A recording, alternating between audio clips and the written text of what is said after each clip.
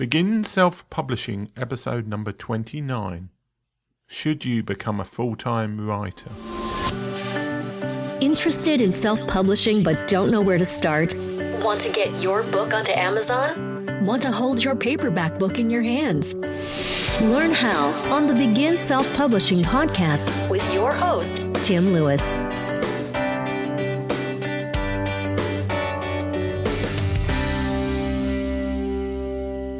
In this show, I'm going to discuss whether you should give up your normal day job to become a writer.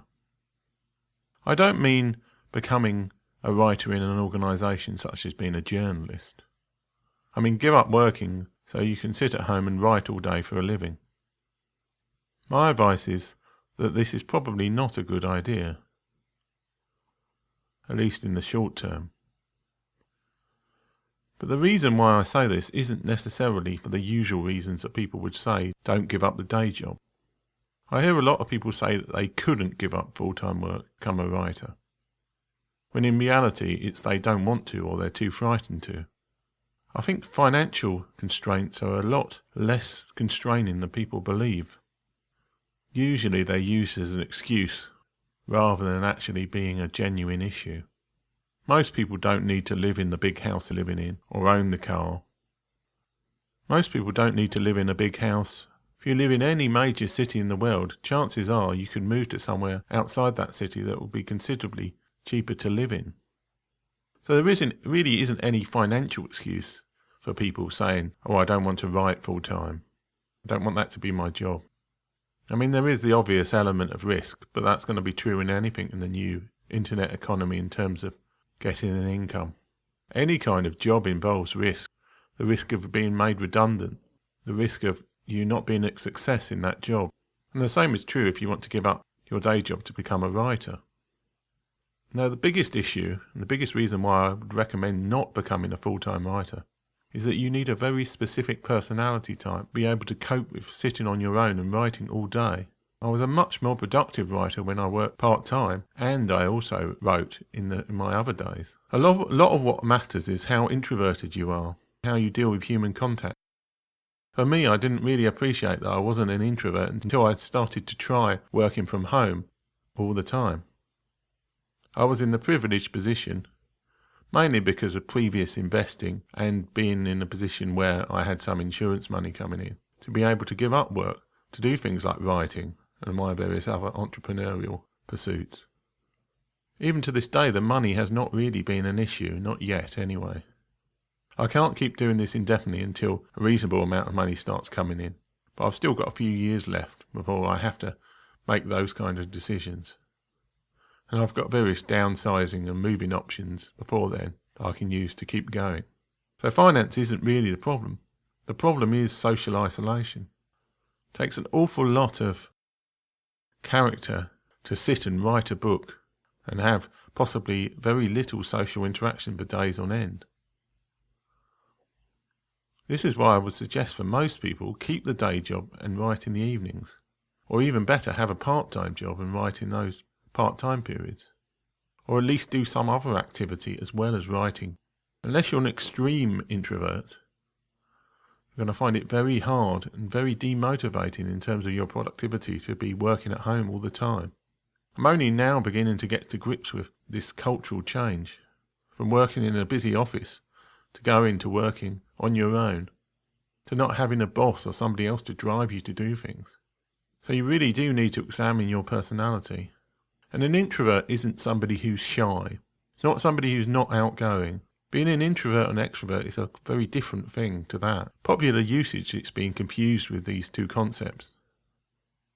You can be a shy extrovert, and I'd say I'm probably more along the lines of a shy extrovert. You can also be an outgoing introvert.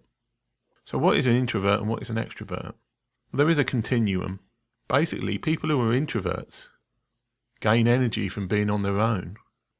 So if you go to parties and things and you feel very drained after half an hour or an hour talking to people, then you're more likely to be an introvert than an extrovert.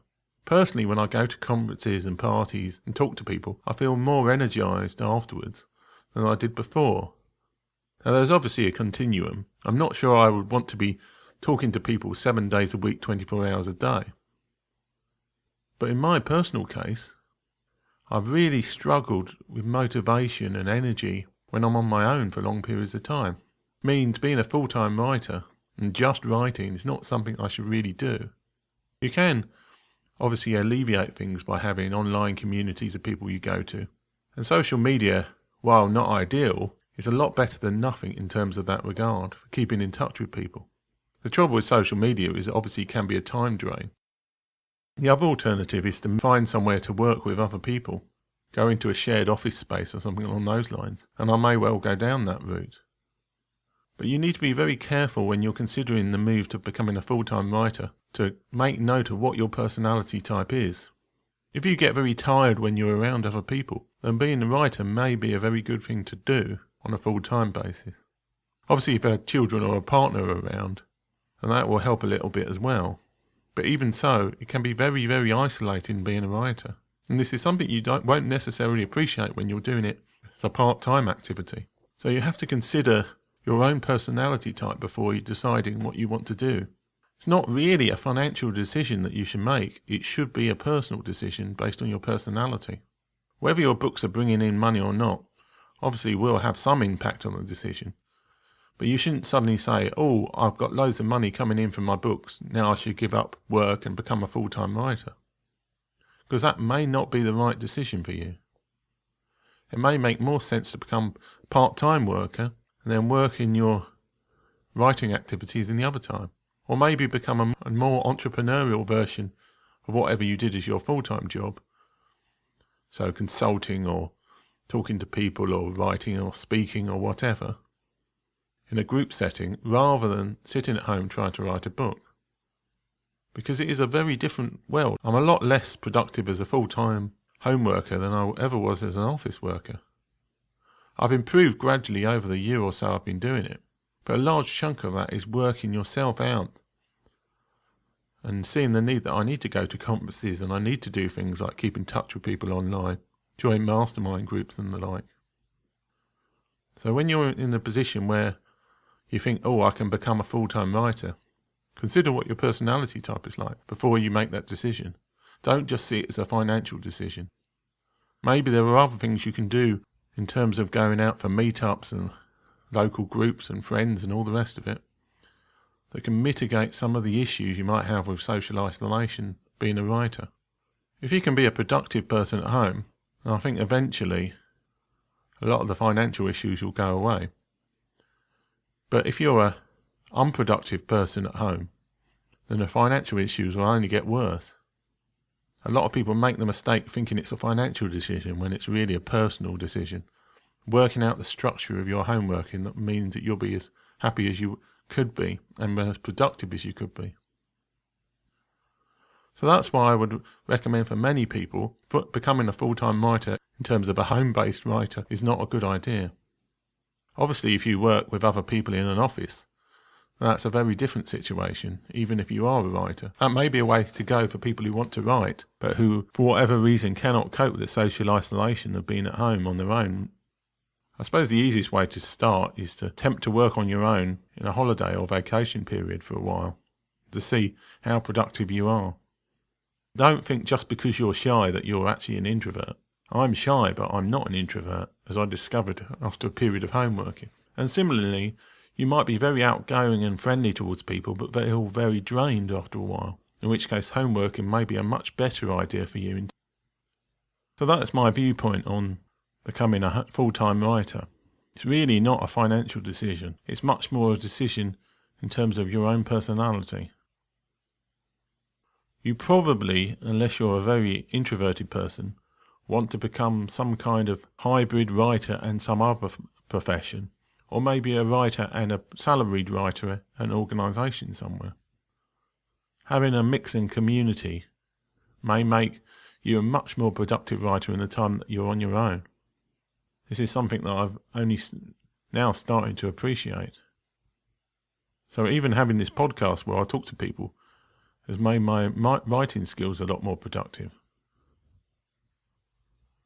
Certainly I'm at my most productive when NaNoWriMo's on, which is a group writing thing in November. So try and work out your personality type before you make that leap into becoming a full-time writer. it may be more appropriate not to become a full-time writer, but to do other things as well. I hope this has been of use to some of you. I'm not going to say, oh, don't become a full-time writer because it's a dreadful financial risk. I don't think especially it is, but I think there is a social risk that makes it a not very good idea to give up everything and say I'm going to become a novelist. There's a real risk that you'll give up everything in terms of a stable income coming in and then not be able to productively work at home. So you're far better to start off as doing this as a bit of a side activity. Learn the ropes. And then maybe think about switching what your main job is to something else, maybe with less time constraints, and gradually working up the amount of time you spend on your own to see how you cope with it. There are all sorts of options, and I wouldn't suggest rushing into anything. There isn't this either-or approach anymore. You can self-publish it and still keep a normal day job going. There'll be a fair amount of time marketing and writing the book, but even so, I think most people can keep this balance in check. So those are my thoughts. I hope they've been useful. Talk to you guys next week. Thanks for listening. If you enjoyed today's show, please stop by iTunes and rate and leave a review. This helps make the show more visible. For free resources, show notes, and other helpful content, join the community at beginselfpublishing.com.